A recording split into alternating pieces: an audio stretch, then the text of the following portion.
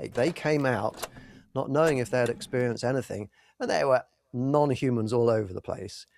What? One of them was an energy healer who was feeling really, really bad because she had spent all day taking out dark energies from people. She had been healing people, and she had That could taken on a drain. dark presence, That could and she drain was you. feeling really bad and really ill. She suddenly found herself confronted right up close with the face of a reptilian. And I can feel now that I'm talking about this, somebody's arrived around me.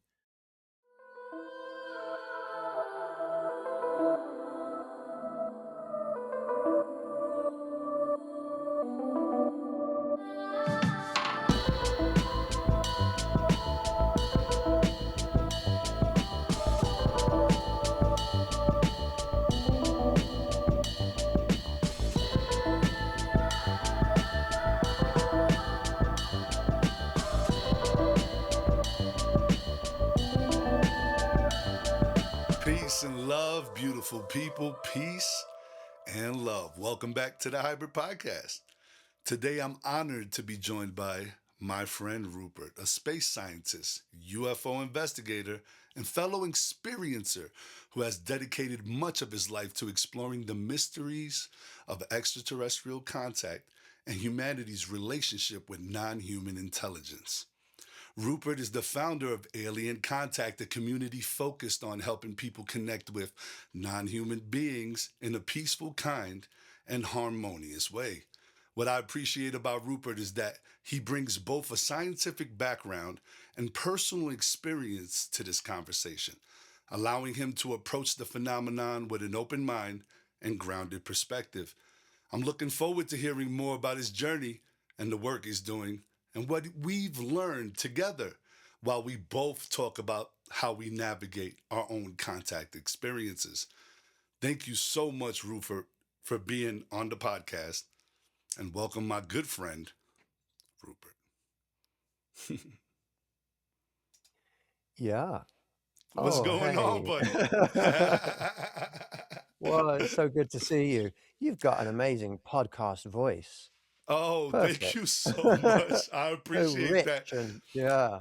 Listen, I needed to make sure that the bio was amazing because, as a lot of people know, you're a good friend of mine. I consider you to be a mentor in the podcast space. I love what you do with your community and the lives that you do and the meetups that you do. And I remember you telling me a long time ago when I was trying to do this podcast with other people, I had like 3 or 4 guests and stuff. He was like, dude, listen, can I give you some honest advice?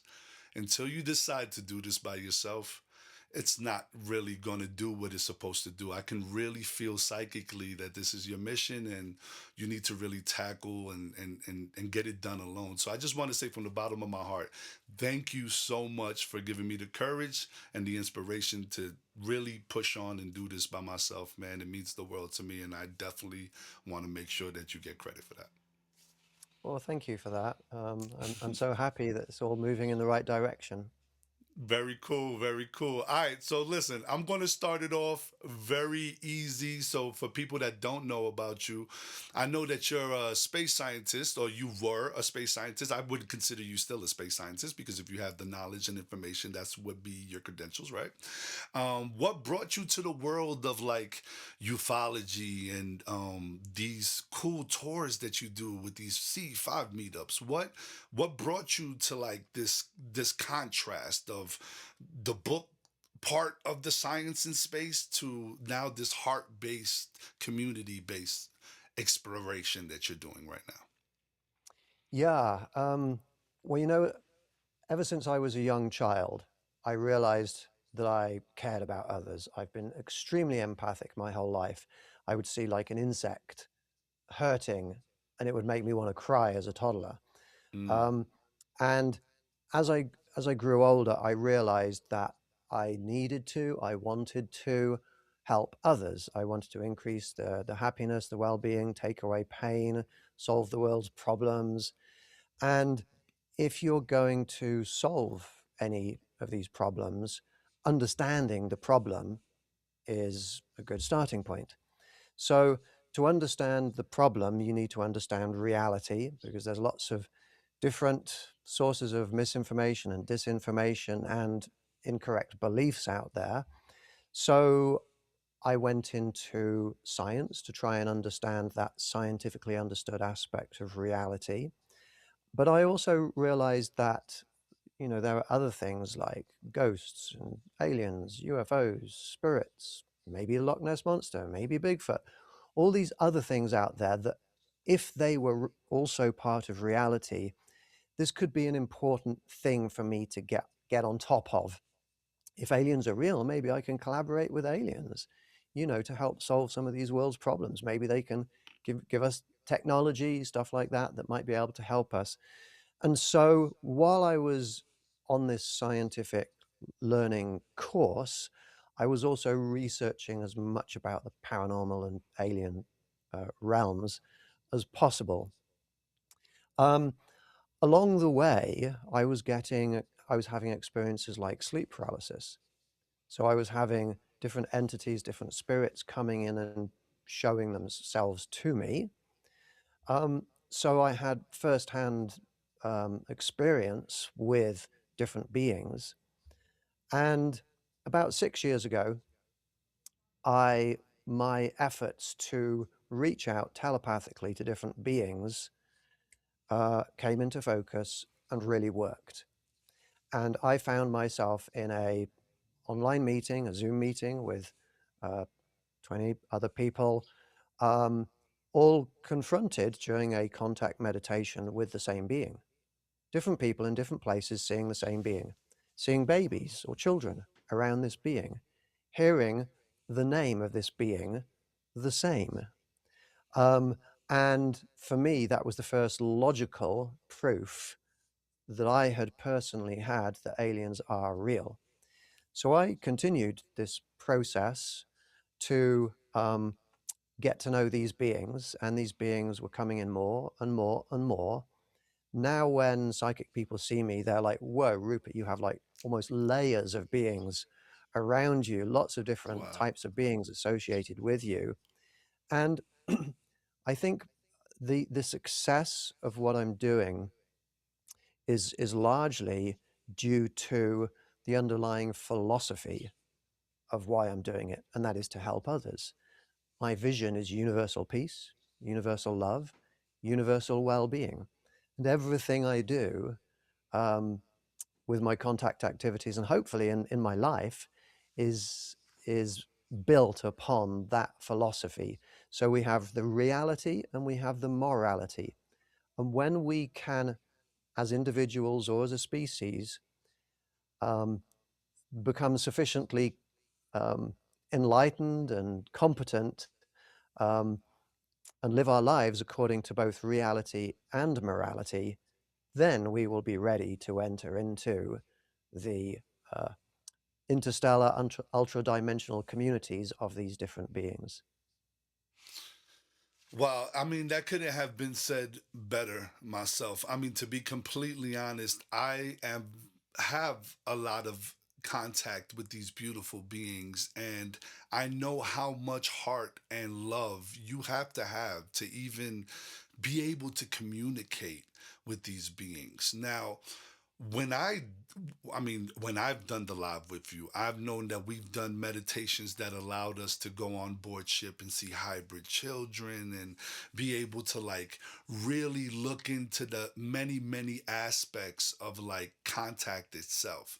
How, since you have this community, right? How do you get so many people on board onto the same kind of like meditation technique with the same heart based contact? Like, I would think that if you have a strong meditation, one person would be, astral projecting something on Mars, another person might have an out of body experience with an extraterrestrial beings. But when I do these meditation groups with you and I'm involved with these things, I see how targeted and laser focused you're able to get a large group of people to harmoniously focus in and kind of have contact with a specific race of being.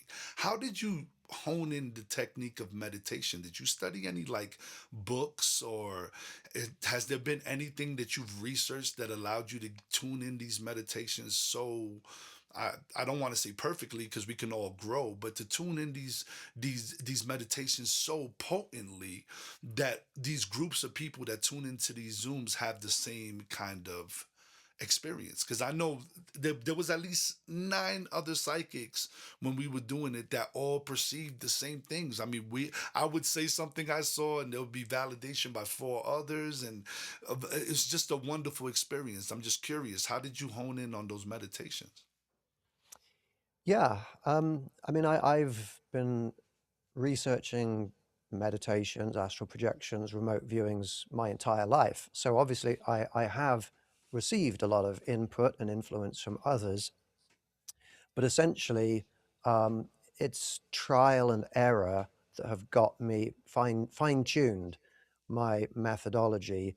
I have at times tried other people's protocols, um, procedures, methodologies, and there is the scientific, logical part of me thinking, yeah, but that part doesn't make sense. Why do we really need to do that? If we can connect with them so easily, then why do we need to show them our exact grid reference, coherent thought sequencing, and all of this stuff in order to get them to come back to us when we've already connected with them? So that's an example of the kind of thought process I go through. I don't just follow blindly. That if I don't see a mechanism behind, like a scientific or logical or real mechanism behind what we're doing, then I don't do it. So, there are across spiritual and religious and alien belief systems, there are lots of people doing lots of different things, like playing the tones and, listening to certain frequencies of sounds and things. What I've discovered is um, a very you can sort of you can get rid of a lot of that stuff if you focus in on what really matters. What are the key ingredients to making this contact happen? And so now I can go through where some people go through hours of meditation before they connect. I sort of tune it in. I can do it in about 10 minutes. Wow, that's And wonderful. it's very directed. It's important that um, we are coherent in our intentions. So if somebody is there because they want to get alien technology, um, and others are there because uh, they they're more just interested in making friends, um, then you've got different people with different ideas, different agendas, different reasons for doing this. That can be a little distracting. It can put some of these beings off if what we're doing doesn't seem entirely ascended to us. So when I do it, we put peace first. So we put aside our differences, whatever religious, political, or other views people have in the meeting. If we cannot be peaceful and friendly with each other and put aside those differences, it's not going to work. Um, and we focus in on trying to make friends with these beings, and nothing else. We're not after their technology. We're not trying to get them to save us or anything like that. It's simply, um, we like the idea of being friends with you. How do you feel about that? Wow, I love that. I love that so much. Wow, that really speaks to me because I don't think I've ever had a contact experience where my heart wasn't involved in the Yeah. experience, right? So I know that a lot of these beings obviously are telepathic, so our thoughts have a lot to do with bringing them in, and all that stuff. So if you were to have a negative intention, they would obviously know that before anything and they wouldn't connect at all. So that's actually some great advice. I mean, maybe people don't have access to the app, maybe people don't have access to the information and stuff like that, and they choose to connect in a different way, in a more personal way. You're giving them the tools to be able to do that emotionally, and you're telling them, hey, there's many ways to get to the same destination, guys. We don't all just have to do it in this one structured way. You open our minds to the possibility of being able to fine tune other techniques, and I think that's actually super wonderful.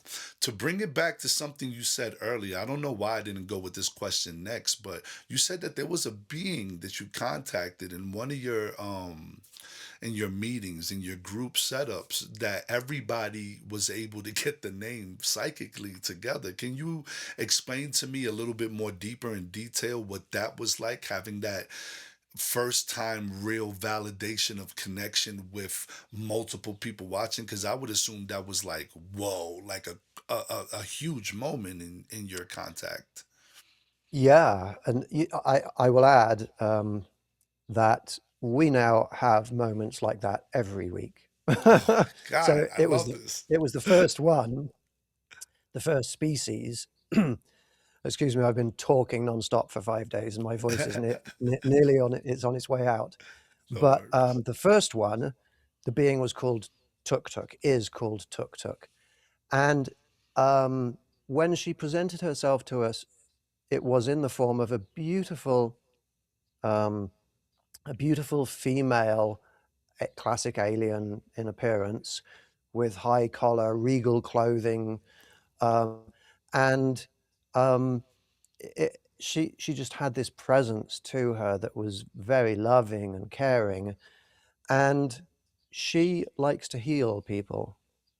So we, at that time and since then, we connect with Tuk Tuk regularly, once a week usually, to ask for ET healing. And she loves coming in and assisting. So whether I'm doing it online or in person, we reach out to Tuk Tuk. She comes in and she gives healing. And people build up personal relationships with her, whereby they don't even need to come to my sessions.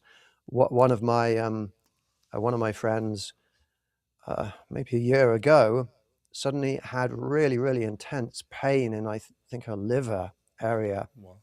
Wow. and she thought, I'm going to have to call an ambulance because this is really bad. She lay down on the bed. She almost couldn't move, and she reached out to Tuk Tuk, and she's conscious. She sees a string of colored orbs coming in through the ceiling, circling around, and entering the area of her liver. Wow. And over the next minute or two, she was healed of whatever that problem was. So this sort of thing is common, and we work with the Arcturians on healing. Reptilians even will come in and give us healing. Um, we've got a few Ebens will come in and give people healing. We've got a few different species out there. If you're friends with them, if you build up a relationship with them, if they like what you're doing, they'll come in and they'll heal you. But what's interesting about that first experience with Tuk Tuk was that image that she showed us wasn't her true form. And when we were astrally projecting to her, I realized as a space scientist that we were traveling quite a long way to get to her, quite a long way away from the Earth through the galaxy. And the humanoid form is terrestrial. And that terrestrial form has spread out within few hundred or thousand light years of this location among different species. But but I realized this is not likely that she appears so humanoid if she's so far away, too far away to physically come to us. And so we reached out to her and asked her, you know, is this what you really look like? Can you show us what you really look like? And then things got really interesting because we saw an ocean world, Oh wow, I two love that. two oceans on top of each other, one of a heavier, denser liquid, and another a lighter, immiscible liquid on top, with an undulating sort of in uh, middle interface. Wow. And she lives at that interface, and she's very streamlined. She has a domed head and a conical body, a bit like the shape of a teardrop. And she's gelatinous, lots of different colors within her. And the babies and the children that we saw before, we saw small versions of this same shape Wow. within her and around the outside of her. If you ever want to be hugged by a baby ET, come to one of my Tuk Tuk healing sessions, because they sort of pile on. they remind me of minions, Wow. from yeah. They just sort of pile on, and they're so loving. But she's got a very maternal nature and instinct, and we got to know her quite well. She's not female. Male and female is a terrestrial thing, relatively recent terrestrial thing. Um, in terms of the 4.6 billion years of the lifetime of this planet, but she has this motherly feel to her. She likes to sort of just wrap you in her spiritual presence and mother you and care for you. Um, I know some people took us almost taken the place of deficits in motherly love. Wow. That's So we build up amazing. very profound relationships with these beings. That man, you see, this is why I tell you the work that you're doing is super important. A lot of people don't even know that reptilians heal. You think reptilian, and all of a sudden you're like, oh no, lizard being gonna eat my soul and take my adrenochrome or Yeah. whatever. Like you automatically think negative, and it's so beautiful to know that they're beautiful reptilian beings out there that also are invested in healing humanity in whichever way they can. I think that is beautiful Yeah. that Tuk has done all that beautiful work within the group to be able to bridge that gap, because this is what we're doing this for, to be able to bridge the gap. Now, here's a pretty cool question. I know that you do these tours and you go all around the US and maybe even all around the world to do these contact events. What was one contact event that you went out to and you had maybe a small group, big group, whatever, that really stood out to you as, wow, you see, not only is the work I'm doing online important, but being able to have food, like feet on the ground, because I know you're also funding this yourself. I mean, this can't be cheap to like just decide to go, you know what, for the reasons of connecting humanity, I'm going to come out of my own pockets and I'm going to drive across the US or all around the world and get these flights, and I'm going to connect with you, whether you're in the community or you just so happen to be passing along and seeing us doing it and are curious, because I know it's open to everybody. I've been to your groups before. So it's like, what made you a want to do the live tours to go all around to meet up with people, and B, what was one of the most like craziest Mhm. ones that stand out to you? Yeah. I mean, I do this touring because it's what I personally want to do. I go to places where there may be significant connections possible, and I go out there and I meditate and I try to connect with these beings. And the touring started off as, this is me doing this, but if anybody else wants to come along, you're welcome to. So thank you for putting up that shot of my group there. Of If anybody's course, of course. interested in coming on my tours, then please go ahead and join my contact group. You were right about, I'm funding all of this myself, and my income is tiny doing Mhm. this. And I need to replace my car before I can go on another tour. So if any of Understood. the people listening to this podcast want to give me a little bit of support and join one of my uh, uh, tiers on that group, that would be wonderful. um, but one event that uh, stands out to me as something special was when I did a convention, a paranormal convention, around the area of Kansas City a few years ago. And the a lot of the professional psychics and mediums were interested in what I was going to do that night, which was that evening I was going to go out and do a contact activity. And so I had a bunch of professional psychics and mediums and energy healers come out to an event on a hilltop, and I went through because they'd never experienced anything like this. They're used to talking to human spirits, but aliens, well, wonder what this will be like. They came out not knowing if they had experienced anything, and they were non-humans all over the place.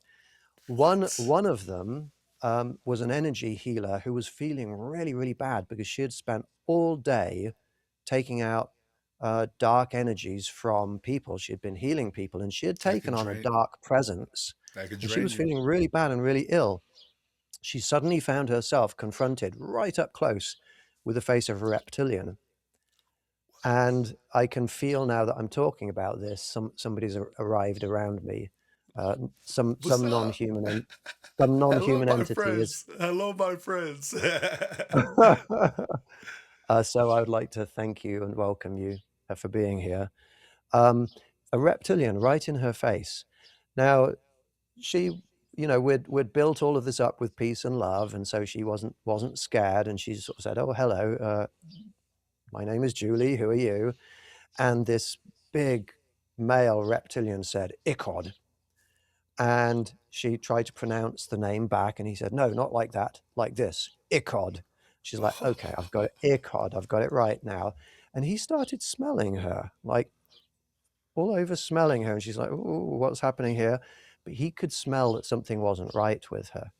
Wow. And then he went around to the back and put his hands on her and took out the dark energy from her. He healed her. She went from feeling really ill and uncomfortable to feeling very fit and healthy. And since then, she actually has maintained a relationship with Icod, as have I. And when she goes and cleanses houses, Icod will sometimes show up and say, "Julie, you need help with this one because there's a deceptive entity in here. I'm going to help you figure this one out." Um, Now, that was just one incident of one of the psychics at that event. At another Wow. event, somebody was Floored. confronted with I love somebody this was, stuff. yeah, somebody had a short, more sort of classic, either gray or ebon type being show up. And it was quite an intense and hard experience because this being was a mother and she had a dead alien baby in her arms. And Wow. her message was humans are killing not just beings on not just the animals of your own planet and each other, but you're also contributing to the death of our species because a lot of these beings they live on in under around the earth. It may Yep. be a higher dimension, but they're what we do in this 3D dimension affects the other dimensions. And so this psychic received a very powerful message of you're killing us, you're killing us, you're harming us. Please, can you stop doing all these destructive things that you're doing on the planet? And so yeah, this one event, there were some really, really profound things going on. Listen, I mean that it kind of hits me two ways, right? Because it's sad to know that we as humans are doing these things that affect other realms and like other, dimensions or parallel universes that we might be interacting in without even knowing we're interacting in them. And to know that we're at least in the point of communication with these beings to where we can be aware that we're doing this is obviously a great first step.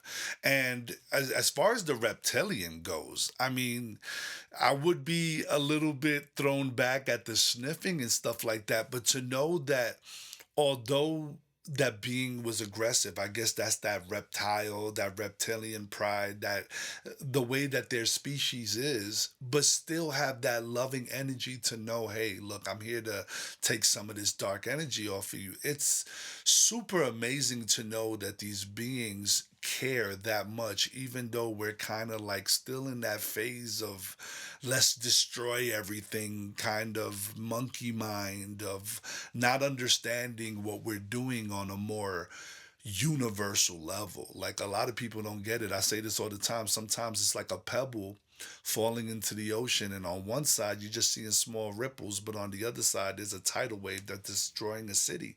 It might be a small pebble, it might be a small idea you're putting out there, it might be a small, thought, but that negative thought can ripple into something Yeah, destructive for a whole species. So it's yeah. amazing to know that you're doing the work like boots on ground, and I respect you for that. Please, show support by checking out his Patreon. Is right there. Now, there's one thing that I wanted to bring up. Now, these beings came up and decided to, hang out with you while we do this pod, which I think is really good and cool. So, thank you for being here. I know that you said that you had like a video or something on YouTube where you have a lot of people kind of like Yeah, doing a testimonial type deal. Let's. yeah. So on YouTube, I've recently put together. It's called Alien Friends, and if you go to the Alien Contact YouTube video, yeah, you can see it there. That second one. Mhm. Um, if you feel like it, you could play a minute or two of that and just hear these Yeah. different people. And let me preface this by saying beings are with me most of the time. They maintain a continual psychic link to me. So when I start talking to them, or when they feel that somebody needs to connect with me, they will come in and they'll stand around and they'll stand behind me. Um, just a couple 2 or 3 days ago, um, I was in a hotel in a public area, and somebody walked into that hotel. A man walked in and felt like there's somebody here I need to meet. And he was drawn psychically, probably by my non-human friends, up the stairs, around a corner. And when he saw me, he's like, that's the guy I'm supposed to meet. And he Wow. could see many beings around me. And this video here, Alien Friends, has 25 different people talking about the non-human entities who are around me. Now, this video does describe um, a few different species, but the main species are, as depicted in the thumbnail image for that video, are very tall beings, 7 or 8 feet tall, silver gray skin, and they they treat me like I'm family. They treat me like Oh I'm like a man. brother. They protect me. They put out energy fields. People see them touching my forehead as and when they touch my forehead, my spirit, my aura changes. They're giving me something. Wow. And it's a 17-minute video, and we So let me play a little bit of it if you don't mind. And then if you want to talk a little bit more about it, you're more than welcome to. I just really would yeah. love to get people familiar with it. All right. And that's when I realized you had two beings actually behind you. Similar I'm to that. seeing three, except that one is directly behind you. They're calling themselves the Guardians. I love that. Your contingent, I call them. Contingent. Yeah, there's a group. And you did have one behind you? I definitely saw beings around you that really appreciate what you're doing. The first thing I saw was a very protective being love that this. was over Rupert's head. Yes, Rupert, I I love felt this. a taller entity, what I would describe as a more elongated head, that this way, and watching you and protecting you.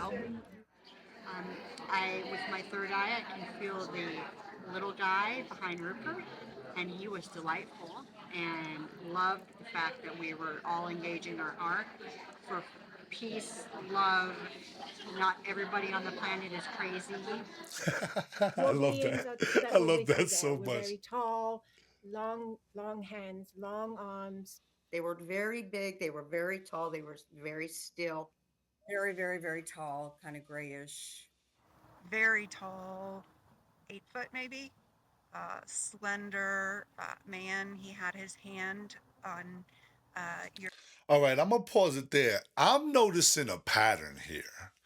Now, Yeah, what's the all pattern? these people are not only mentioning these beings, but there's a distinctive pattern of what they're seeing psychically.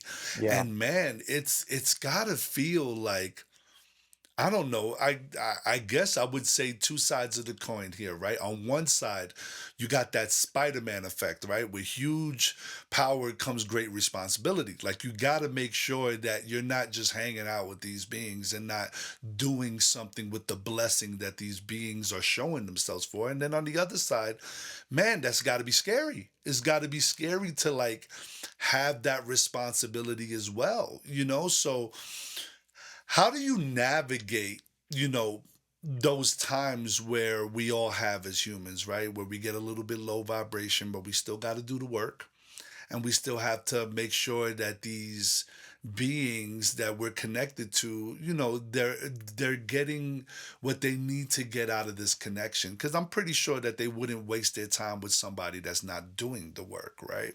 So I guess what I'm asking here is, why do you feel like, what is it in what you're doing that's making these beings go, you know what?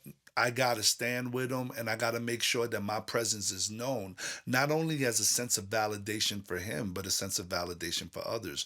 What is it that you're doing in your work that you think is ramping up that connection with these beings even more? I mean, that's a really important question. Why are they? Why are they supporting me? Why are they protecting me?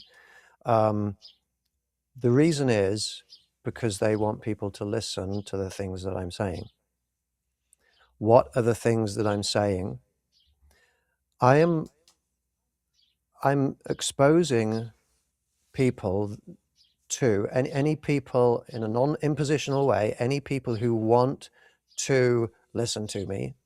I'm exposing people to the knowledge, the thinking skills, the philosophical ideas, um, the moral considerations that are required for human beings to ascend to the level of harmony uh, that would allow us to enter into their communities. The goal is for humans to end up going into their communities. But if we were to do that today, now, we would go in there with hatred, we would go in there with exploitation on our minds, True. we'd try and convert them to our belief systems. It would be appalling. Violence and aggression would take over. It would be destructive for them. So I am giving to human beings that which is needed in order for us to be able to enter into those communities. Now, many people feel like, oh, but I'm already good enough. But wait, you're human. You're human. You have human instincts. You have human intellect. You have human experiences. You have human conditioning. You're not ready. You're not ready. You need to get a universal, multi-species perspective. Where can you get that on this earth? It's very hard. You need to listen to people like you. You need to listen to people like me. So I have put together a 32 video course. I I love call it this. the Cosmic Wisdom course, and it's in the collections section of my Alien Contact Patreon group. Yeah, if you were to click on the collections tab up there at the top, and you can access this for free. Do you see the Awesome. Cosmic Wisdom course on the left at the bottom there? That gray, that one there, yeah. That Cosmic Wisdom course, you can click on that even without joining my group. And the first 8 videos in that course you can watch. And if you, that's several hours. If you watch that and you think, oh, Rupert's full of it, I'm not interested, fine. But if you watch those first 8 videos and you think, Rupert's onto something here, I think there's something to learn here, join the group. Join tier 1 or tier 2 of that group. Come to my meetings, learn more, interact with these beings. And that is why they're supporting what I'm doing. Wow, man. I listen, I've been to a couple of your meetings. I've been humbled enough to been invited to a lot of these sessions. Let me tell you, your community is amazing. I haven't met one bad egg in there. I think you have strict rules of, like, when it comes to like peace and love, and no negative talk and stuff like that. And when I tell you, there's always something to do. Like, dude, you have something going on every day, which I think is like really cool. I mean, as a person that aspires to be more community driven and more influential in this space, I mean, I tip my hat to you, sir. Your community is some of the most amazing people that I've personally met. I still talk to some people that I've met within your community, and some of the most profound experiences that I've had meditation wise has been through your meditations and the meditations that we do together when we contact these beautiful beings. So I just want to once again say thank you for the work that you do, and I urge anybody to at least check it out. Once again, go to collections at the top of the page and then Cosmic Wisdom Course. The first couple of videos you could watch, no problem. And then after that, if you feel like you gain something from it, keep on keeping on with the information. Because at the end of the day, I know when it came to me, everything was fear based until I had the most key initial thing, which is knowledge. It wasn't until I gained community and knowledge in this crazy, kooky life that I've been having with these beautiful beings.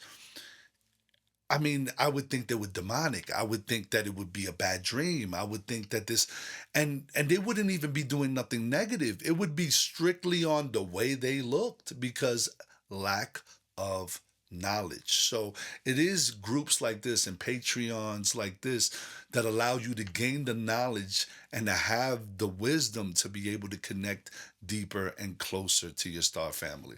As we reach towards the end of the podcast, right? I like to ask everybody. I don't know if I've asked this to everybody, but I do like to ask everybody if there's any information that they feel is important that they need to bring forward at this time. I know right now they're doing a lot of information leaking, and the government is really on board with giving us the information at this moment. At least it's being perceived that way. What is any information that you have on your heart, or maybe you're being inspired to tell others at this moment that you might think might be beneficial for my community and the community of ufology as a whole? Thank you for asking that question. Um, there's so much more going on than is uh, safe or appropriate to even talk about. I work with non-human beings.